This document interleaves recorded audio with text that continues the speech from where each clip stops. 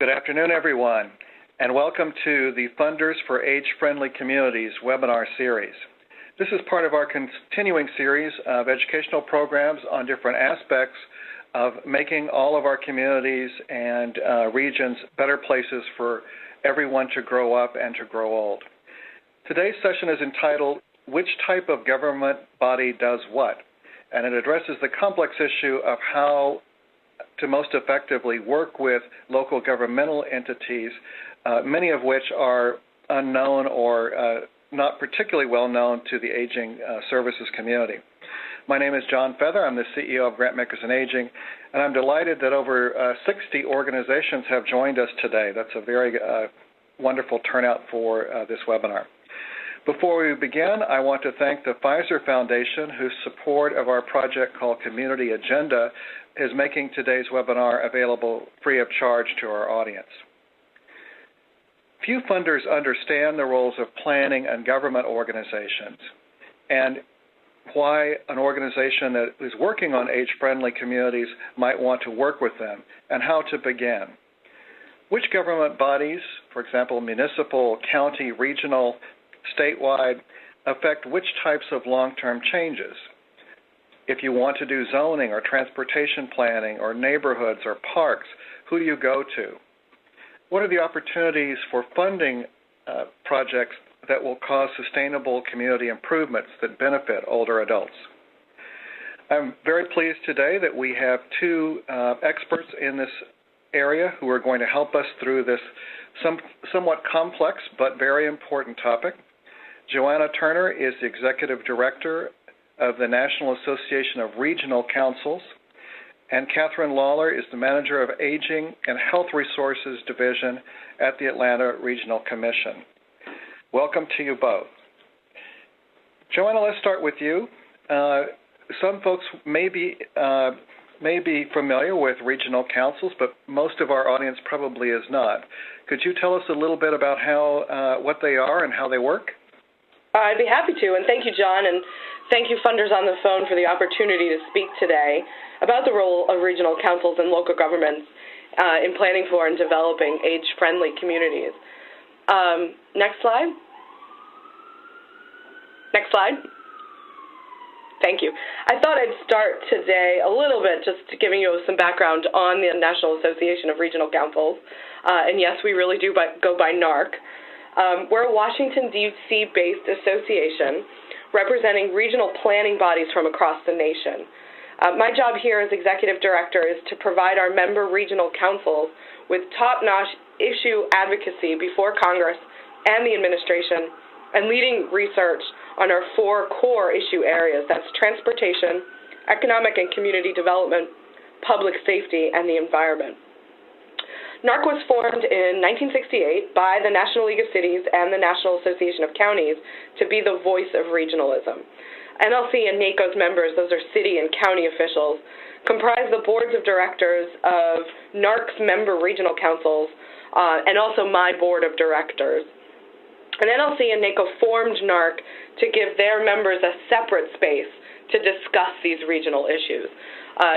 In the late 60s, early 70s, these regional issues were taking over the NLC and NACO agendas, and they really wanted a different organization to take over that part of the advocacy agenda.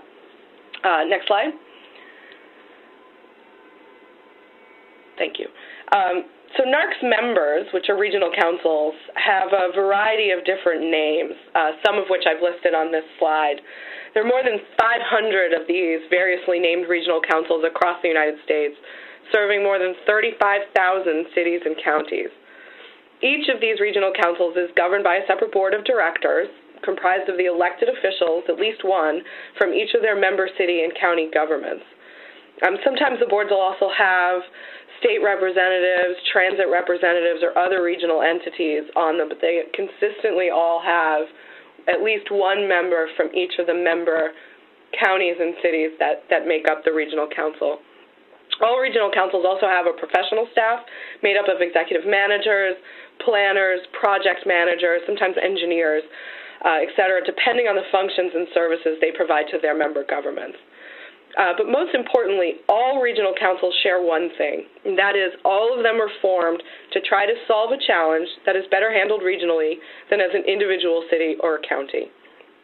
So most of the 500 regional councils that are in place today were formed in the late 60s or early 70s, although new ones are still being created, and have evolved to perform a variety of different services regardless of why they initially came together, including technical assistance for their member governments, fee-for-service programs, project implementation, planning functions, etc. Next slide. Most of the funds that regional councils use to provide these services come from dues from their member counties and cities, but many regional councils have other sources of funding as well, including grants and planning funds from their state and from the federal government. What's most important, I think, for everyone on this call to know is that regional councils serve as conveners of local government. It's only by bringing all of their member governments together with other stakeholders to discuss regional matters that regional councils can begin to solve these regional challenges. So in some ways, regional councils are really a one-stop shop for local governments in a particular region. Next slide.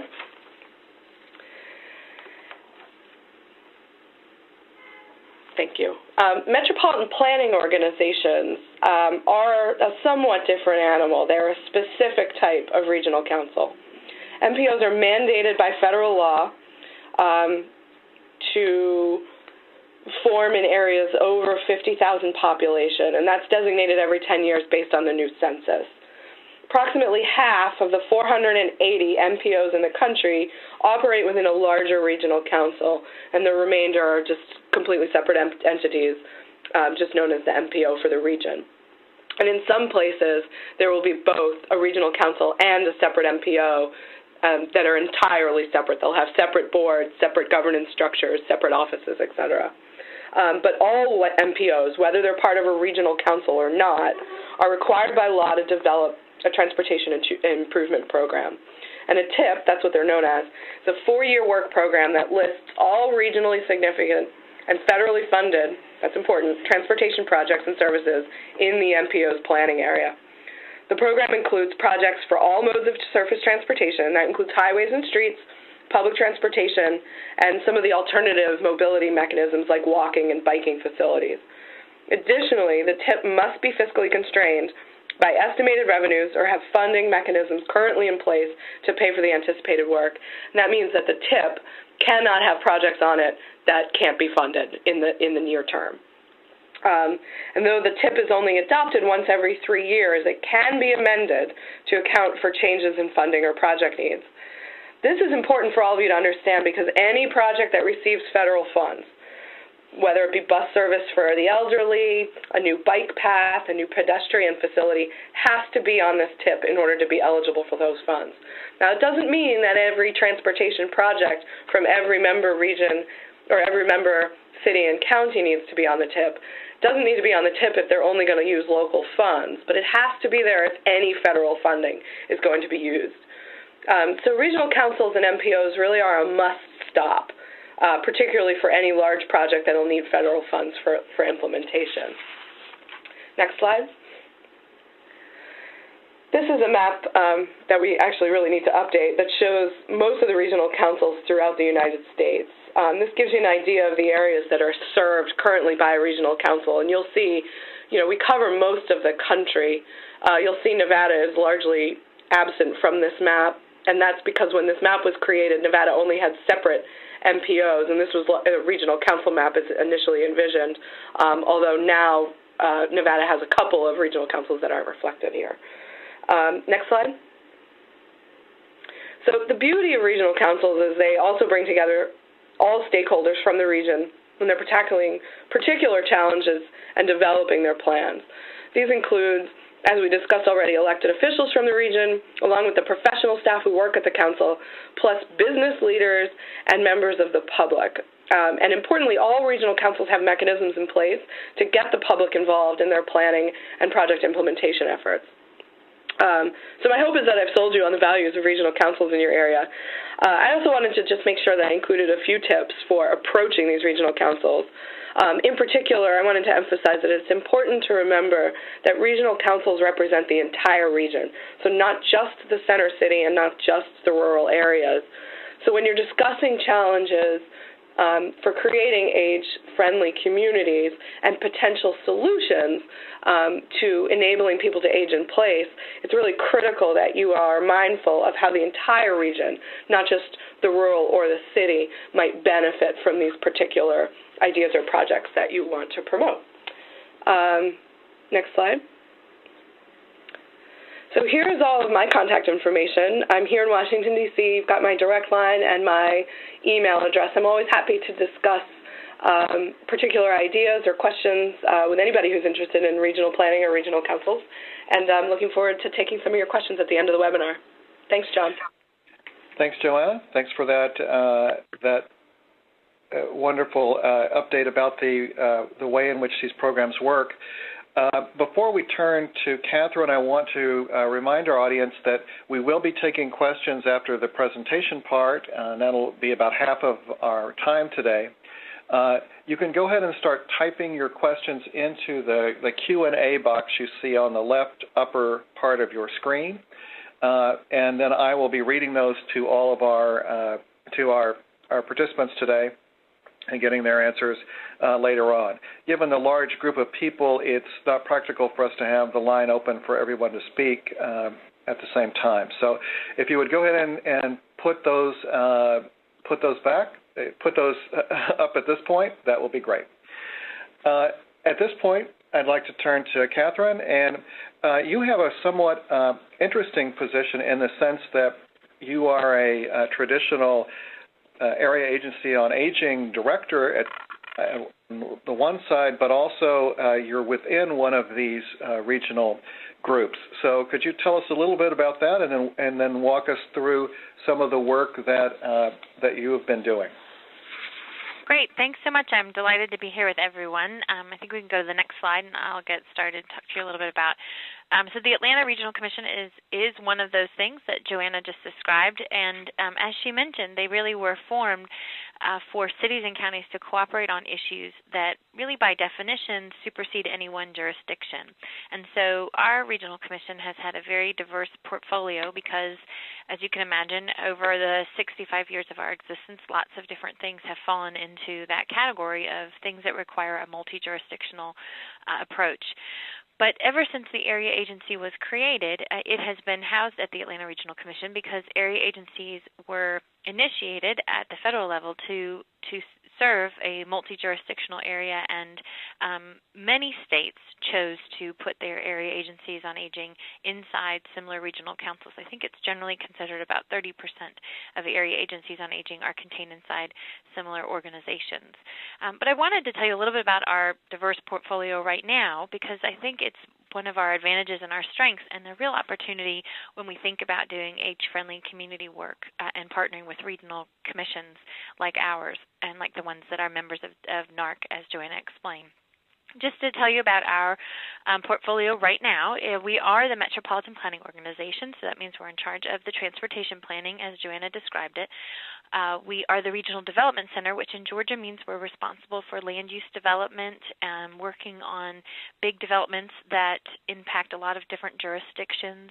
A number of community development issues fall under that. We do the workforce training and development for a multi-county area. We're also in charge of water quality and supply for a 15-county area, and we are the place that does all the economic modeling and the population forecasts for our region. But the Area Agency on Aging is actually the biggest thing that we do.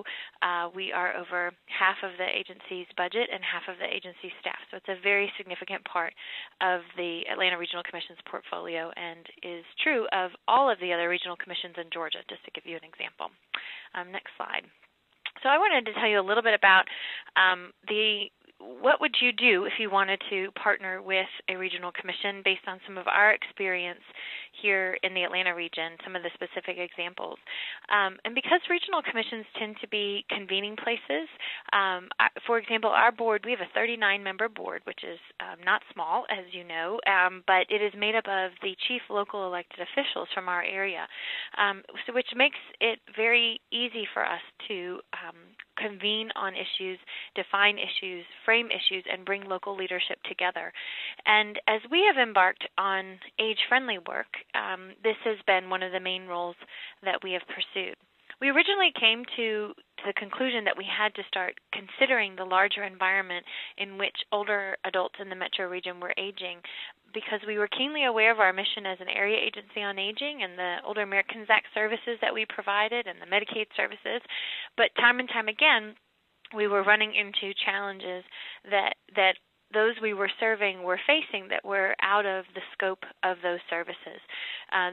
We were finding that the address that someone had could determine the success of their ability to age, sometimes more than even some of their health statistics would determine their success. And being in an organization like a regional commission where we have people literally on the same floor and in the same building who are having a dramatic impact on shaping the physical environment of our metropolitan region, we just had a tremendous opportunity to engage and find a way to first start by framing the issue. So we did that. You can hit the next slide, please. Got started. First, we did what we always have to do, which is go out and talk to the community. So for over 2 years, we met with jurisdictions, the cities and counties throughout our region, and the nonprofit groups. We did that in partnership with our network to talk about this issue. How often were they seeing it? What were the challenges that people were facing in their community? And how often was aging being impacted by the environments where people were aging? And that ended up culminating in a very substantial regional event where we hosted over 1,500 people over a 10-day period in a regional charrette. And you can actually just click through these next slides. I wanted to give you a flavor for what it was like. The challenge was to take 6 different pieces of property in the metropolitan area that were brought forward by local governments and bring together both aging experts, planning experts, design experts, and bring them together and figure out if we could make changes in these specific properties, what would we do to make them more livable for people of all ages and all abilities. And after much debate and very little sleep, 1,500 people weighed in along with these professionals and came up with new designs for those communities. And it was a tremendous event, and I'd be happy to share with you all of the learnings and things that came out of it. But it was a real opportunity for the Regional Commission to frame these issues. So I just want to give you an example. This was one area that we studied, which is just south of the Atlanta airport. If you've ever been in our airport or stuck in our airport, you weren't that far from this. It's called downtown Fayetteville, a small town in not a highly populated place. And after the process of engaging the community and all of those experts, you can flip to the next slide, the new design had all kinds of plans for better connecting the community and bringing amenities right into the local neighborhoods so that the many, many older people, this county has the fastest growing older adult population in all of Georgia, so that those people could be able to stay there. And similar designs were available for all 6 of them. If you could flip to the next slide, there were some key lessons that really emerged, which then began to frame our work. And again, this is what regional commissions are great at doing, is bringing folks together to frame these issues, and I think are uniquely situated to framing the issues of age-friendly communities, but also just serving older adults in the community.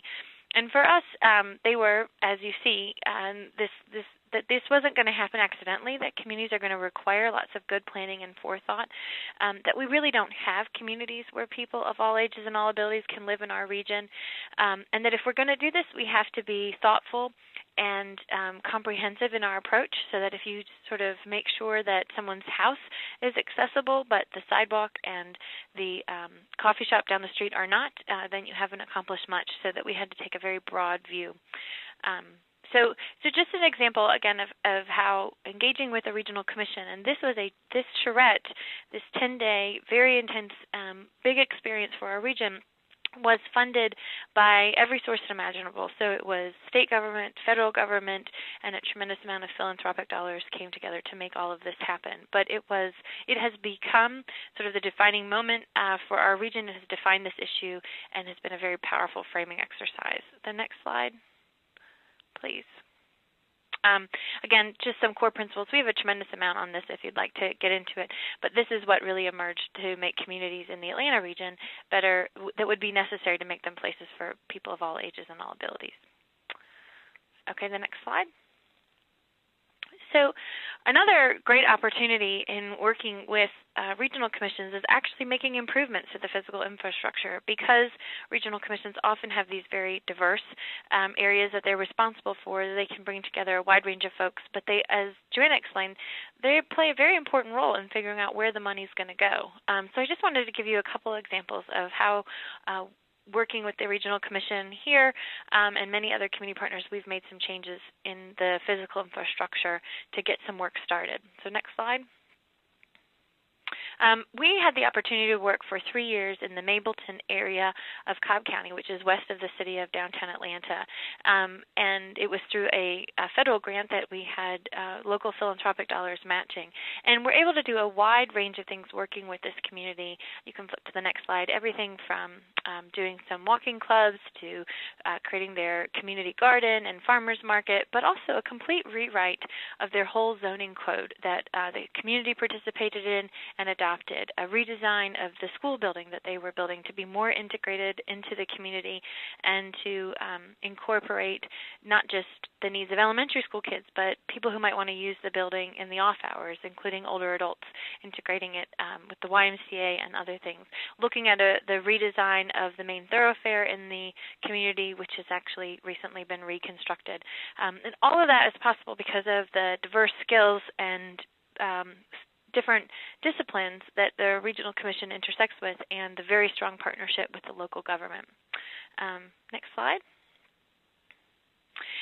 We've also been able to engage in, and you may have done these in your community, with engaging local residents in what's working in their neighborhood and what's not through walkability assessments. And this is one that we did in partnership with AARP and with the Great Markers in Aging, looking at, this is a town just east of the city of Atlanta, doing the walkability assessment and providing opportunity for folks to engage. If you'll turn to the next slide, they were able to reimagine their community and just a couple weekends ago temporarily installed what the future will be. So it was a temporary installation of the bottom picture, and now, again, because we were working with the Transportation Division of the Regional Commission, the Department of Transportation will be funding those changes. So because of being able to bring these diverse groups of people together, we could go from engaging residents to concept to implementation. On the next slide. Again, very similar. Another community just north of the city of Atlanta found that while their downtown revitalization was very exciting, there were some challenges because of the topography to make sure that everyone, people of all ages, could take advantage of some of the new restaurants and stores that were going into their newly revitalized downtown. And so we were able to fund and install these handrails on the main street to help individuals who might need more help getting down the stairs. And the next slide.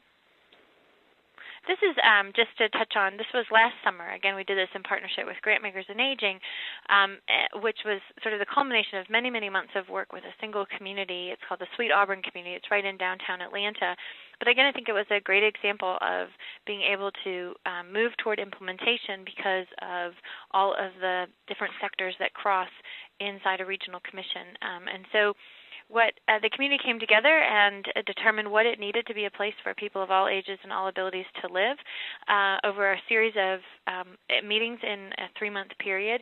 And then we had a 4-day event, which began with an opportunity for people, planners and designers and architects and economic developers and aging individuals to come and learn together it was on June 19th, the Planning Academy, about not only what was needed in that neighborhood and hear from older people about what was most important to them, but also the tactics and tools that could be used to start to create that change, particularly studying an effort called tactical urbanism, which is where you do a temporary installation of what you're hoping to make permanent so that the community can experience it and know for sure if they want to go ahead, but also perhaps if some of the rules need to be changed to make it easier for them to do. On the next day, everyone who participated in the academy and the community came out and actually built what was needed, and then over the weekend, hundreds of people from across the region were able to come and experience this rebuilt 2-block area of the street that contained everything from outdoor cafes and pop-up shops and music and celebration, but a protected bike lane and a temporary town square area made out of a vacant lot, and also a mobile medical clinic. Many of the things that the community said that they needed were there that weekend for everyone to enjoy. And now those are being incorporated into that streets redevelopment plan, where a streetcar has just been established and is undergoing massive redevelopment, and so now these issues will be a part of that. If you can move forward, one more slide. So I guess I wanted to just share that the other role, another way to engage with regional commissions is really on looking at the broader system. So regional commissions or councils, area agencies on aging have the dual charge of meeting needs today and thinking about the long-term future. And it's both the responsibility but also a tremendous privilege to do long-term planning because so many organizations are so focused on what needs to be done now and the next 6 months and the next 18 months, and that's very important and critical. And while regional commissions as a collection of these local governments have to do that and have to provide value today, they are actually charged with this long-term planning, which allows, I think, puts them in a very unique position to engage in systems change. And I just wanted to show you an example of that if that's something you're interested in your own community. So next slide. So we will be launching on March 1st the region's first ever website where you can put in your origin and your destination, and it will provide for you all of the options to get from point A to point B, and it's and including the cost of those options. So it'll tell you what a taxi cab would take, what it would take to take public transportation, but most importantly, it'll be the first place where it'll also allow you to select that you may have some accommodation needs. So perhaps you're in a wheelchair and you would need certain services particular to those needs. It will show you those options as well and allow you to plan your trip accordingly.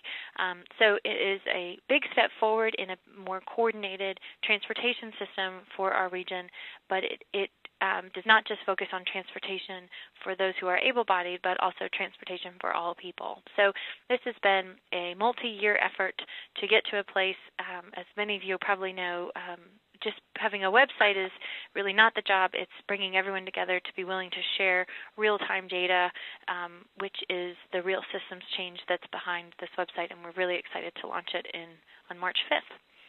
And the next slide, I just wanted to touch on one other systems change, which it's been our great pleasure to help lead, which is the United Way and the Georgia Health Policy Center and the Atlanta Regional Commission have been leading a multi-year effort to examine and ultimately improve the region's health system. And it's a long strategy. It's a 28-year plan to improve what are pretty abysmal health statistics for we're typical to many southern states in that way, and we've got this multi-pronged strategy and over 70 stakeholders that have been engaged over the 3-year period, and we've moved into implementing a number of programs to achieve this long-term plan.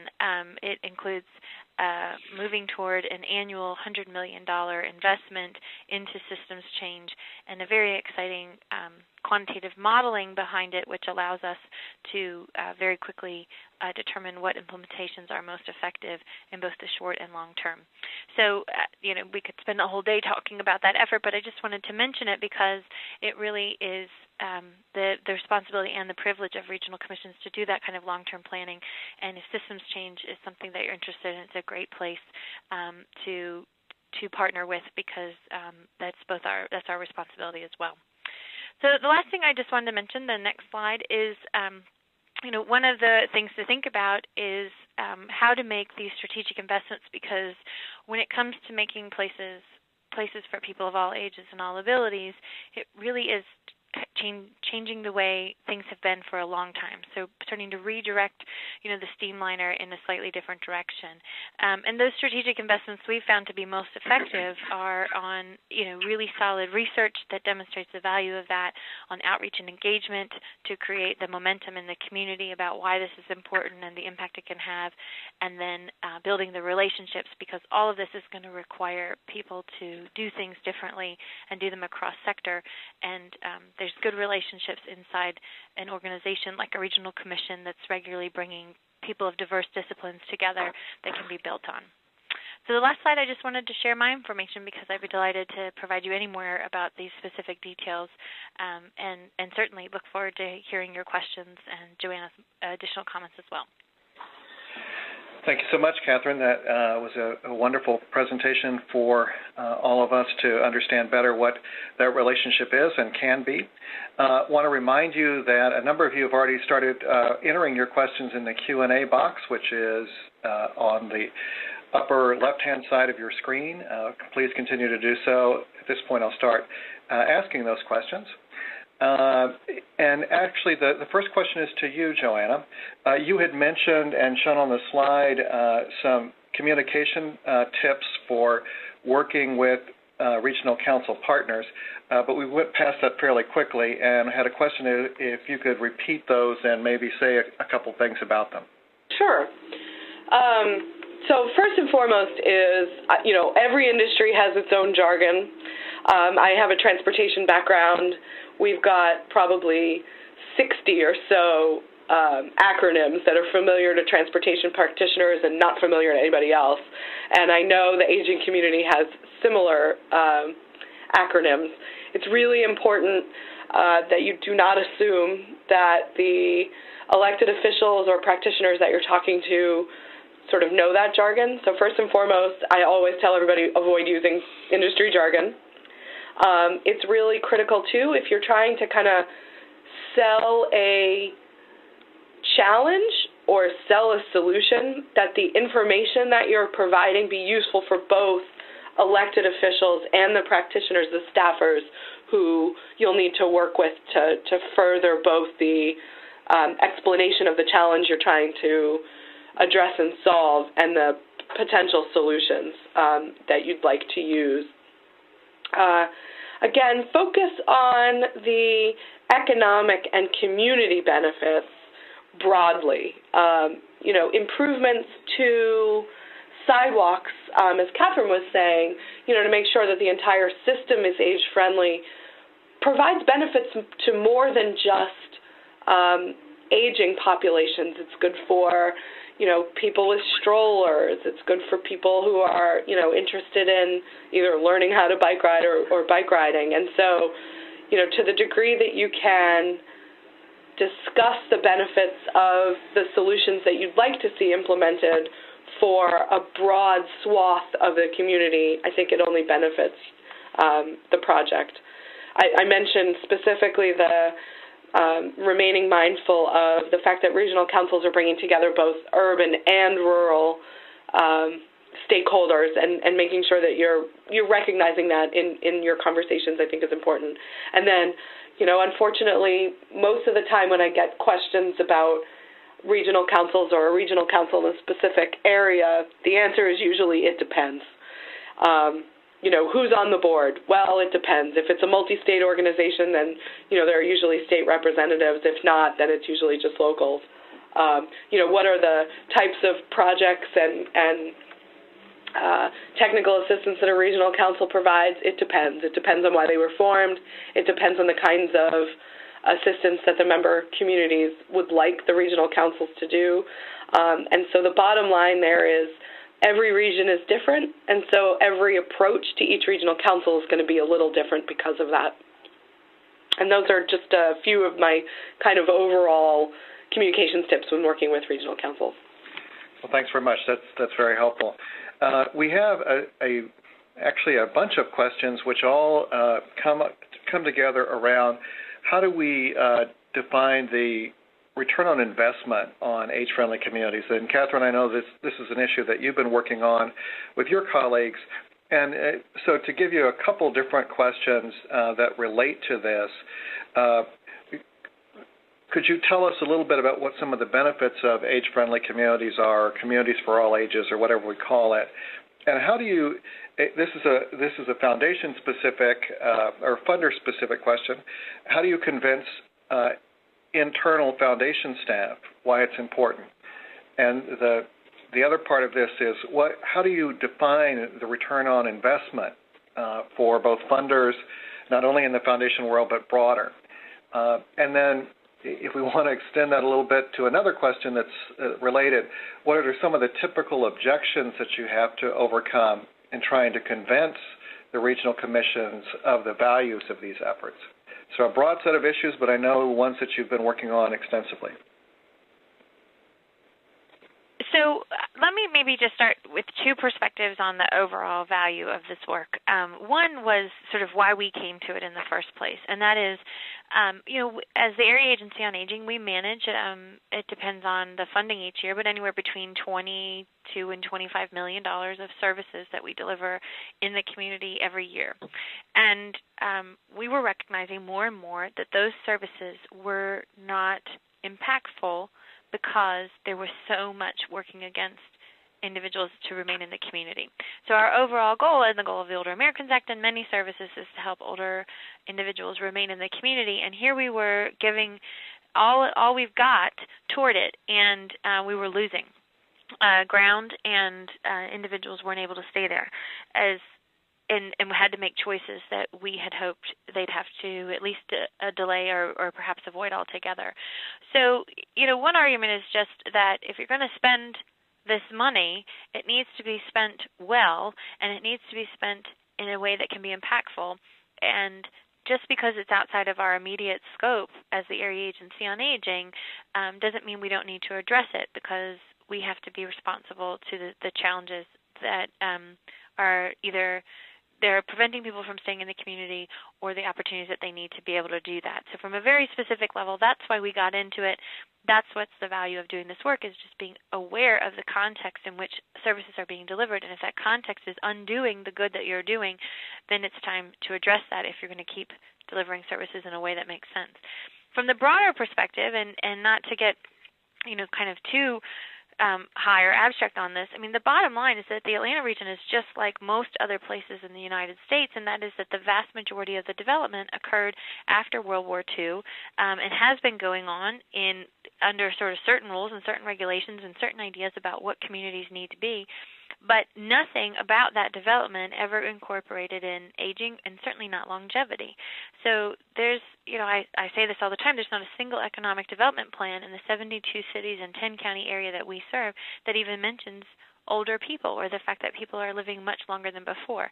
So we have built our region we've got lots of successes and things to be very proud of, but none of it is relevant to an aging society at all. And so why this is important is that it's these systems of all that goes into making a community, and particularly the billions of dollars that are spent in physically shaping that community, have got to start incorporating longevity into them, and they're not going to do that unless they're helped to doing it. So left to their own devices, they're going to keep doing what they've always done, and it's sort of time to integrate longevity into that, if longevity is going to be something that we're going to be able to achieve for most people.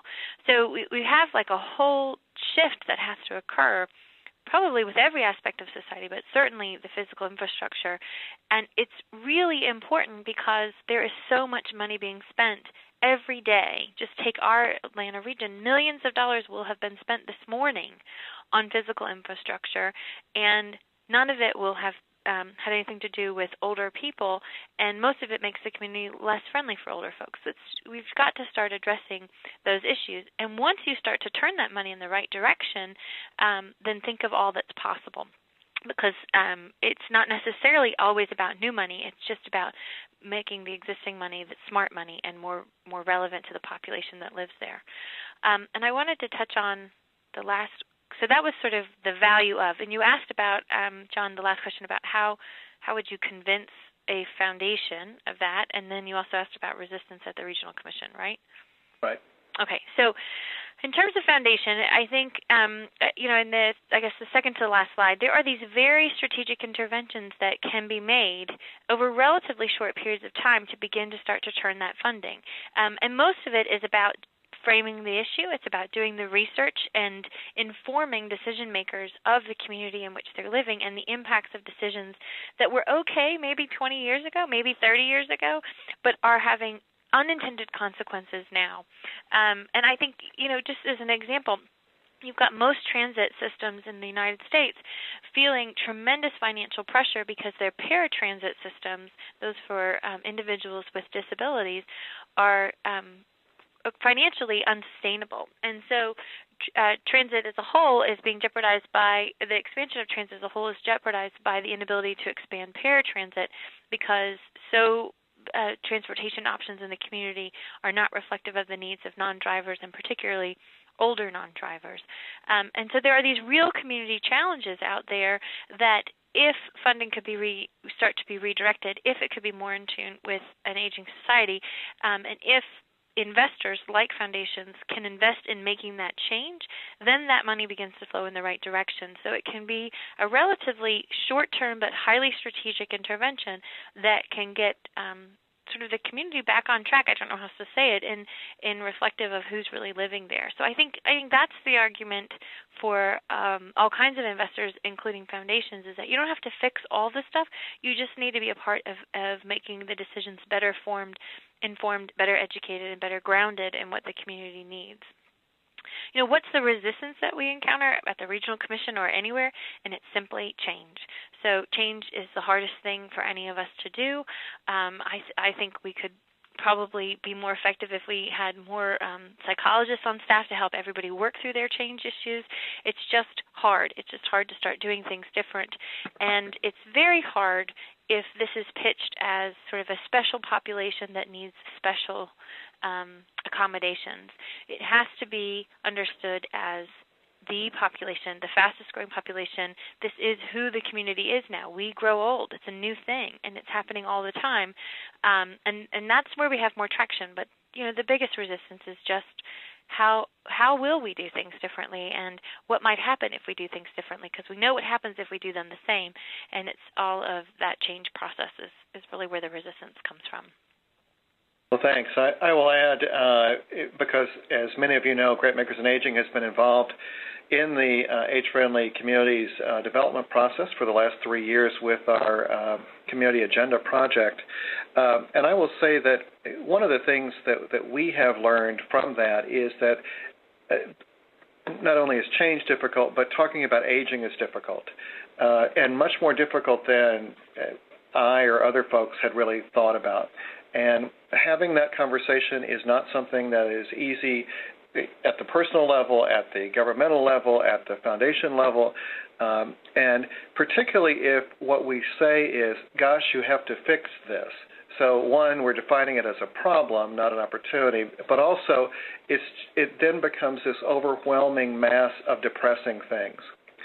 And so I think one of the things that's so great about the Age-Friendly Communities movement is that there are many things that can be done, and you can start where you are. So as a funder, you don't have to create a completely new aging funding initiative staffed by 10 different aging experts and so forth. You can assess where you are already in the programs that you fund and find out how many older people utilize those services, how they can be more effective, and so on. And so, and it's also true that because this is such a broad set of issues, that it's very useful for foundations to be able to think through. If they want to start in transportation or already work in that area, that's a great place to start. If you want to talk about strategic meetings, using the foundation's tremendous abilities to bring people together, that's important. If you want to talk about health, there are certainly important health issues as well. All these things fit together, and that's really one of the advantages of this effort, as opposed to thinking about what's the next depressing thing that we have to try to solve. So I don't know, Joanna, did you have any comments about working with the regional commissions and other ways in which you could move that process forward? One comment I did want to make was, again, I tried to emphasize the fact that all regional councils have opportunities to engage the public, and Catherine highlighted one of the charrettes that ARC completed in the Atlanta region. The easiest way to connect to a regional council is to just attend one of the meetings. And all of those public meetings are always posted on their websites. I did see somebody asked about how to find regional councils. And if you go to narc.org, we've got a list of, I'd say probably 95% of the regional councils in the country, and that's a good place to start. And we link to their website so that you can get a little more information about what's on the agenda at any given time frame. Right. A reminder that we have just a few more minutes for questions, but if you have additional ones, let us know. Several of you have asked for copies of the slides, and if you will just send us an email to info, I-N-F-O, at giaging.org, giaging.org, we'd be happy to send those to you.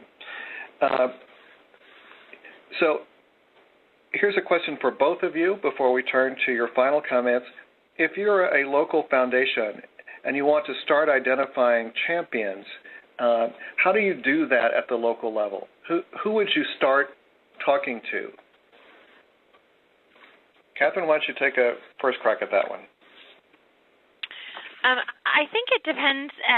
I mean, sort of like Joanna said, if you have any kind of existing relationship, because it doesn't really matter where you come at this from. So if you know a mayor or a city council person, they're going to know how to kind of route that. If you work with a nonprofit in the Aging Network who is connected with the regional commission through funding or through another kind of relationship, I don't think it necessarily matters who you start talking with. Any area agency on aging director better answer your phone call no matter whether you know them or not. So I would definitely say that they need to be there. And I would also say, Joanna, you might weigh in on this, the thing about regional commissions is they exist because of relationships. I mean, there are some federal mandates that require these things to happen in certain ways, but they are only effective because of the relationships they grow. And so the best directors of regional commissions are ones really, really good at relationships. And so I wouldn't hesitate for any of the directors of regional commissions or councils that I know, they're going to want to hear from you because you're a member of the community, a leader in your community, and that's really part of their job is to kind of hear from folks and grow their relationships. And the only reason they keep their job is because they're really good at relationships. So I would never hesitate to make that outreach, even at that highest level of the executive director. Yeah, I couldn't agree more. All of our members are in the relationship business, as Catherine said, and all of them would really welcome an opportunity to talk to a local funder about the areas and issues that you're interested in. And so, I think the first step would be to talk to either the executive director of the regional council or the director of the AAA and just ask, we are interested in making sure that people can age in place and that, the community can benefit from projects that enable older folks to age in place. And, do you know of any champions, on your board or in local government, that I should talk to? And I'd say 9 times out of 10, if not 10 times out of 10, they will have some names of people that you should contact and who would be interested in having these kinds of discussions with you. Right.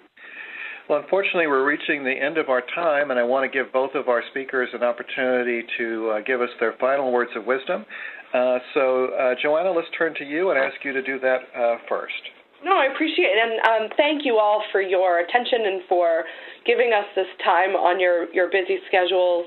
I am really enthusiastic about the level of interest, from GIA and its member funders in working with regional councils. I think there's some real synergy that we can take advantage of here. And again, I do want to just emphasize the one comment that I think both Catherine and John made, which is, to the degree that you can kind of broaden when you talk about creating age-friendly communities so that it encompasses all of the beneficiaries of creating these types of communities. It'll only benefit you, the projects you're trying to fund, and the community as a whole. Thank you, Joanna. Catherine? So I would just echo what Joanna said and maybe just offer one other comment, and that is I came to the Regional Commission from a nonprofit social service background. I didn't even know what planning was. I certainly didn't know how on earth transportation planning was done or, most of what this organization does besides the aging work. I appreciate that, sometimes that can be a barrier, but it has been my experience over the years that not knowing these regional commission folks are pretty good at dealing with people who don't know what they're supposed to do. Long-term planning isn't something that most people in the community are familiar with. So I would encourage you, if it makes sense for you, to reach out and not be worried about what you know or don't know about what they do, because they explain it all the time. Community outreach and engagement is something essential to their good planning efforts. So they may be highly technical and they're going to be really smart and talented folks, but I can tell you that it's been my experience coming in originally many years ago, not knowing much about any of it, that they're also really good at explaining and engaging, and I would definitely encourage you to reach out locally, and anything I can do to help follow up about our Atlanta experience, if that's helpful to you as you navigate, it's our great pleasure to do that. Well, thank you so much. I do want to thank, on behalf of Grantmakers in Aging and our funders group on building age-friendly communities, I want to thank Joanna Turner, the Executive Director of the National Association of Regional Councils, and Catherine Lawler, the Manager of the Aging and Health Resources Division at the Atlanta Regional Commission, for their participation on today's program. We thank you for all you do to make life better for older persons. We also want to thank the Pfizer Foundation and also United Way Worldwide for their support of this program today. We will continue this series in 2 months, or 3 months actually, and so watch your email or the GIA website for registration for our next webinar, which will be on sustainability of age-friendly community programs. And we wish you all a great day, and thank you for your efforts to make communities better for older persons. Thanks.